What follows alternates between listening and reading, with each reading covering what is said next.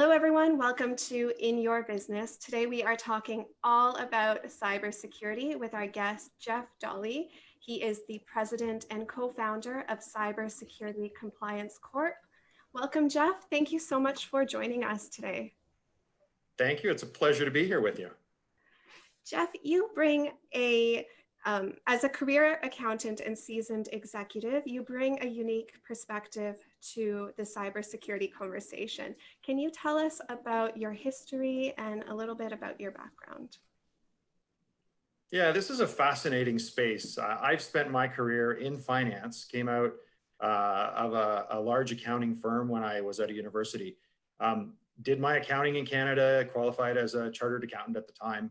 I'm now a designated accountant in the US, and I have a US and UK designation.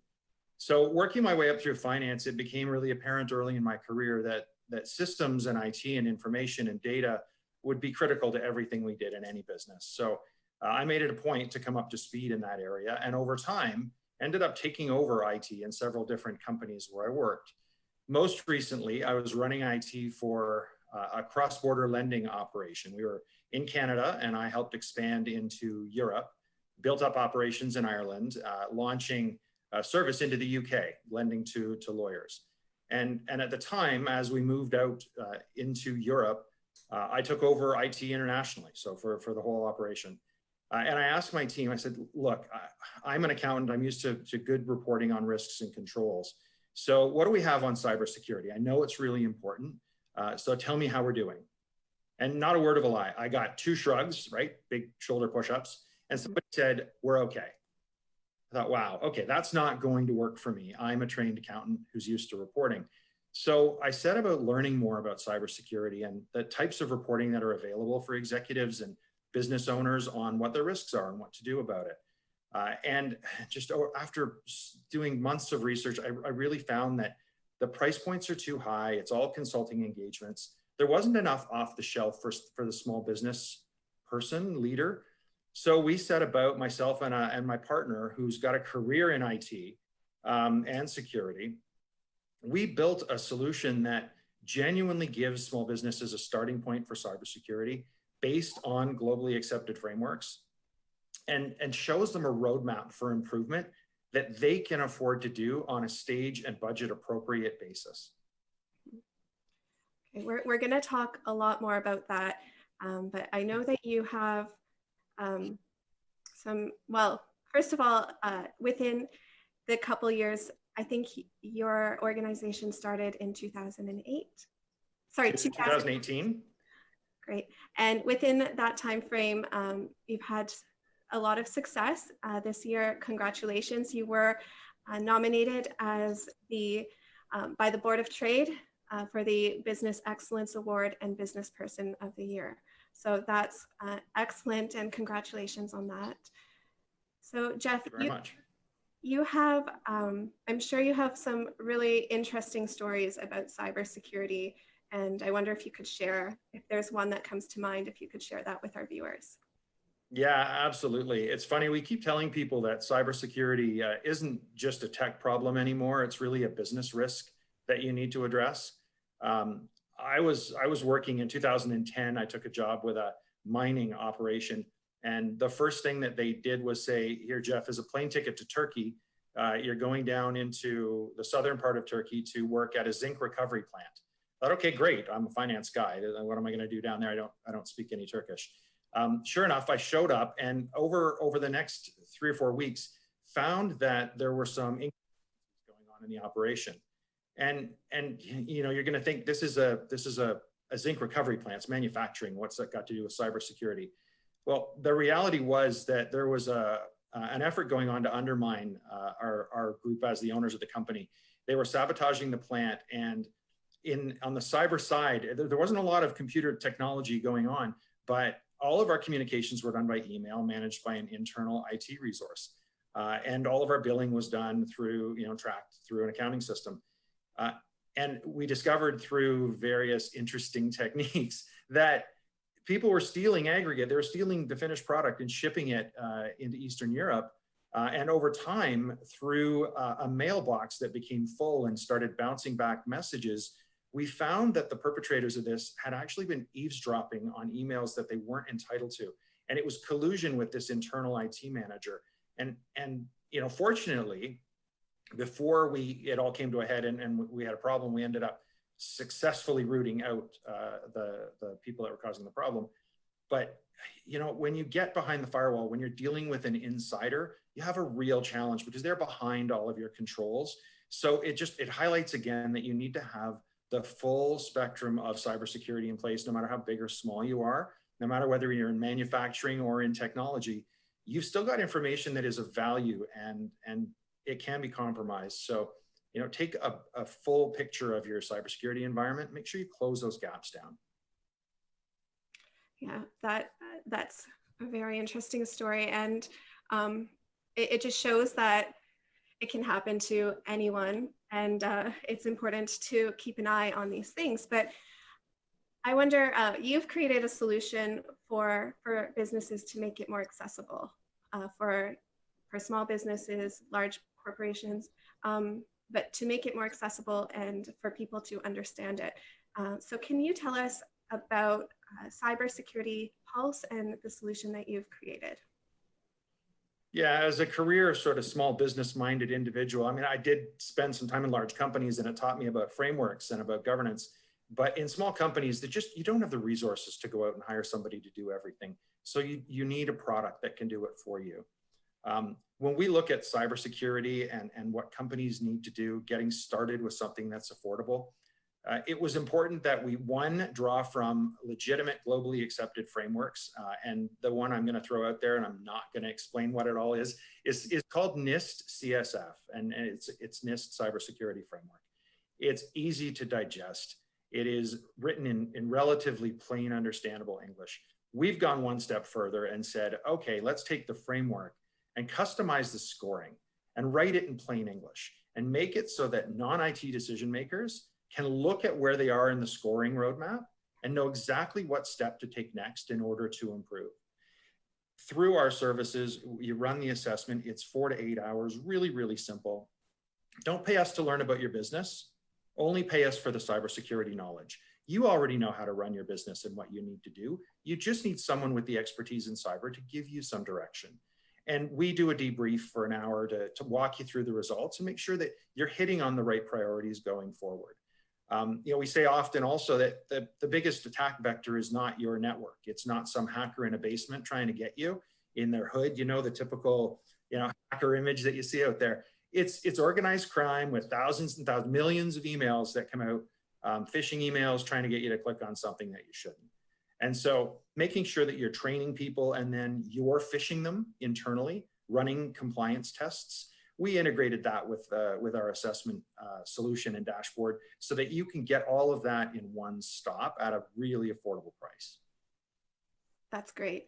That is really good to know. I know a lot of business owners, they are working they're working on multiple platforms, and there's a lot going on right now in this digital age, and we're just moving faster and faster with this technology, and it's sort of hard to keep up with everything that a business owner, maybe even small businesses to medium-sized businesses, there's a lot to keep up with, and that's great to know that there's some hope for them to get some help in that area.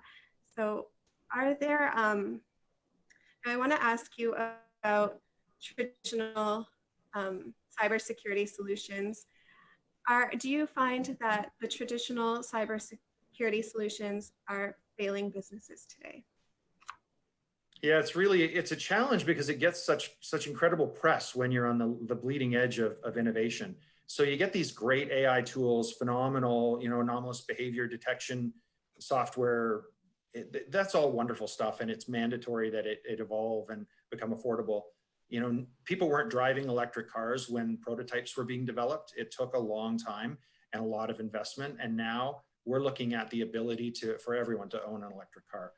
So much better for our planet. You think of cybersecurity in the same way. It's about making it affordable and accessible to everybody. It's about bringing it to everyone in a way that they can understand. And that's really what it's about, is being able to get a hold of those individuals that they've been told to go buy a firewall or an antivirus, right? They've been told to go buy a Barracuda. I love that. Anybody who isn't in tech, anyone who isn't in IT, you say, go buy a Barracuda. Okay, well, what do I feed the thing, right? It's going to be a big fish. Well, it's a piece of technology, but for most of us, it doesn't mean anything. Business owners need to deal with the business risk, and that is to identify where they're at risk, and then to protect against an attack, detect when they're being attacked, respond to it, and recover. And for most small businesses who don't have an in-house tech department, that means relying on third parties, identifying where those third parties can help you across that spectrum. And they're out there, they provide that service. It includes training and people and everything else, not just the technology. So the failure isn't just in the tech, or really isn't in the tech. The failure is in the communication saying, cybersecurity is really just a network protection, and it isn't. Okay, we have just a few minutes before we take a quick break, Jeff, but I wonder if you could let us know about which departments are most vulnerable to cyber attacks, and or who the most vulnerable are. Yeah, without question, anybody who's at home, if you've been sitting at home with your laptop on your lap and a dog running through being chased by a cat with your kids fighting over something, and you spill your coffee and you click on an email, you're a victim, right? So if you're distracted, you're a victim. If you're not tech savvy, you're a potential victim.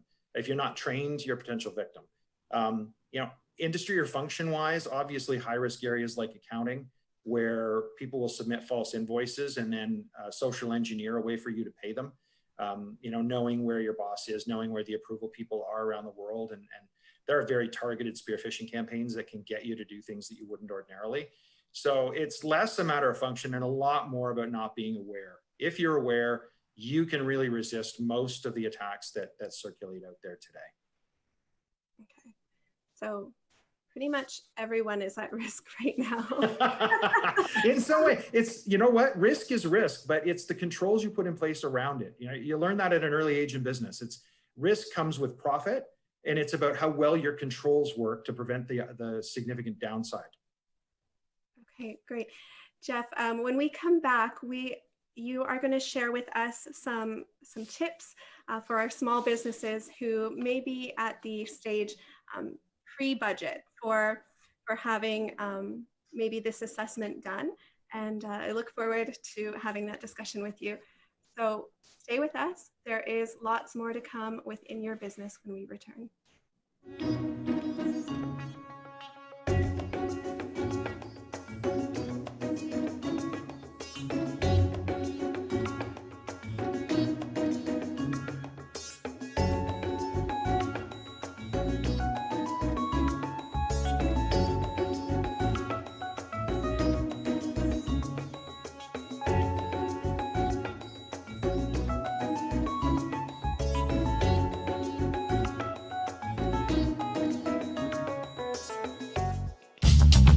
This program is brought to you by Ignite TV. Now you're in command. Visit Rogers.com for more details.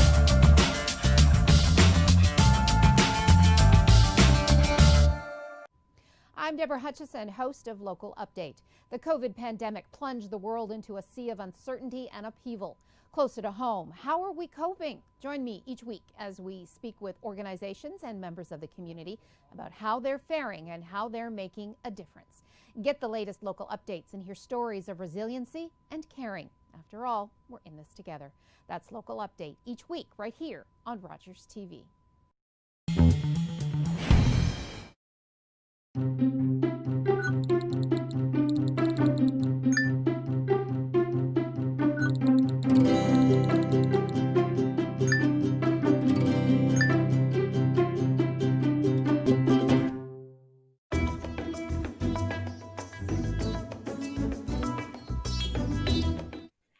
Welcome back to In Your Business. Today we are talking with Jeff Dawley. He is the president and co-founder of Cybersecurity Compliance Corp. We're talking all about cybersecurity. So Jeff, I understand you talk to your clients and people like our audience all day about cybersecurity.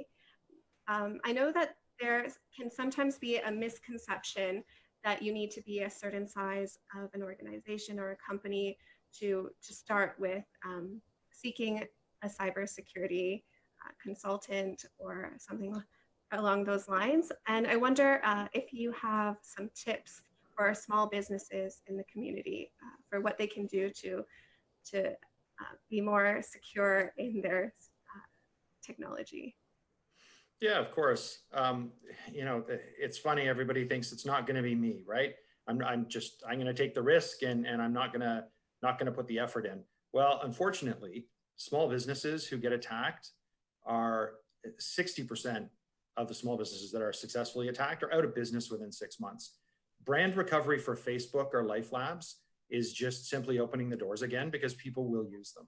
But if you're a local business and you have a cyber attack and compromise people's information, it's unlikely you're going to be able to get those clients back unless you can show that you've done something to protect their data.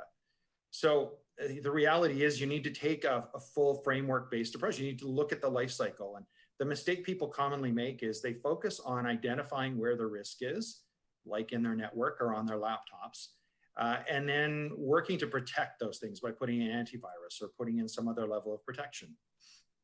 It's a great start, but it's not the end. Before it happens, you need to talk about what happens when you get attacked. So when that screen pops up and says you've got ransomware, now what? I clicked the button I shouldn't have. What should I do? That plan needs to be in place. You need to know who to call. You need to know what your steps are. And then responding to it means shutting it down with professional help as quickly as possible. And then recovering really requires the use of a PR firm and having a strategy for communicating with your stakeholders to get your business back up on its feet, not just with the insurance claim, not just getting your servers back, but really being able to recover the brand that you had before by saying, we've taken steps and here's what they are. So trust us. And this is what we're doing going forward. So basic tips, don't use simple passwords. Anybody who's on here who has the word of somebody they know or a favorite pet and then a capital letter and an exclamation point, yeah, don't do that. That's not okay. Those are not appropriate passwords. They can all be socially engineered. So ideally, use a password manager. They're not expensive. They're professional at what they do. It means that every password generated is complex, and you only need to remember one very complex password for the service. Yes, they can be targets, but it's still better than using puppy A1. Okay, that's not okay. You definitely need to be doing patch management. And if you don't know what that means, you need to do some reading. Every time that you get a Windows update, every time that you get an update push from your software vendor, if it's not automated, you need to find a way to automate it or do it manually. Patches, if you haven't got your latest patches up, you're missing gaps that have already been exploited and you are a target, full stop. There's no question that you need to watch for phishing and training. And so it's inexpensive to get phishing, a phishing test in place for even a small group of 4, 5, 10 people. Important that you're training everyone on the awareness side. Run video training every month just to keep them up on what's going on. Make it a part of the conversation. That awareness is critical. And use tools that are approved by the organization. My gosh, the number of times I've seen people who just randomly download new tools. Oh, I don't like using Zoom, so I'm going to set up some other service. Mm-hmm. Okay, that as soon as you're downloading software onto a machine you're using for work, you're running into a problem, and that is immensely challenging. And then I know one of the things that we'll likely hit on coming up before we're done is etiquette on a video call. I mean, this is a really good example where if you look around the table where I am on my lap around me, even if my computer falls or moves or shifts, there's nothing confidential that you're going to see. There's nothing inappropriate that you're going to see.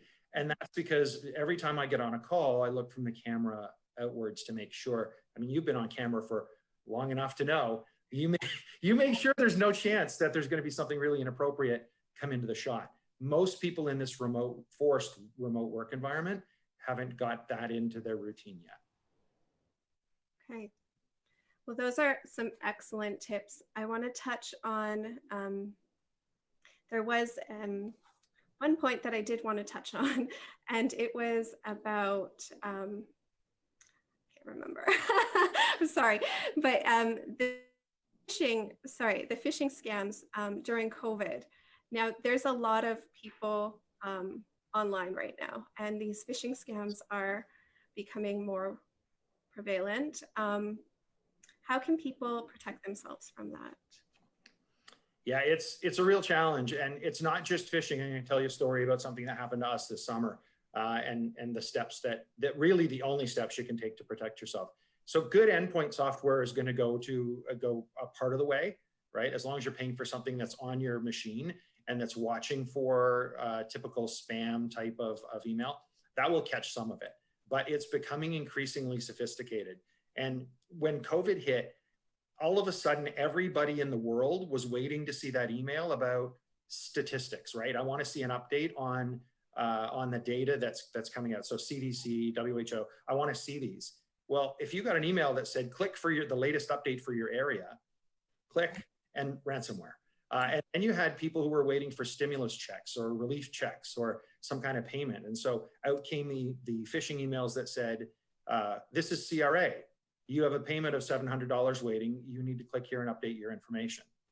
Click, right? And this is where, if you're not aware or not sophisticated, it was easy to fall prey to this because you were so emotionally distracted with what was going on, and rightly so, that you weren't thinking right when those emails came across.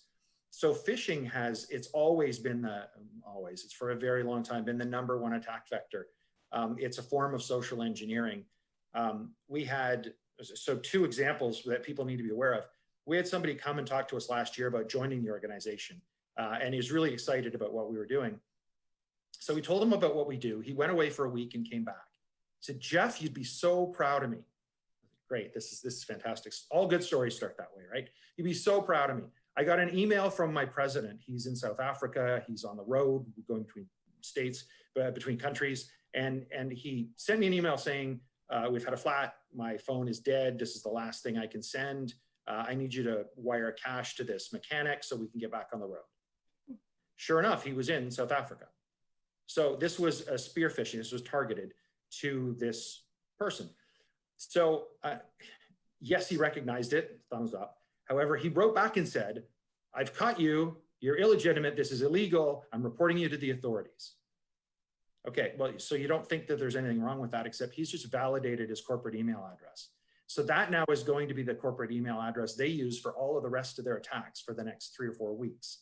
And whenever somebody looks that person up, looks him up, he's legitimate with a legitimate email address. And then they're going to go ahead and click on the link.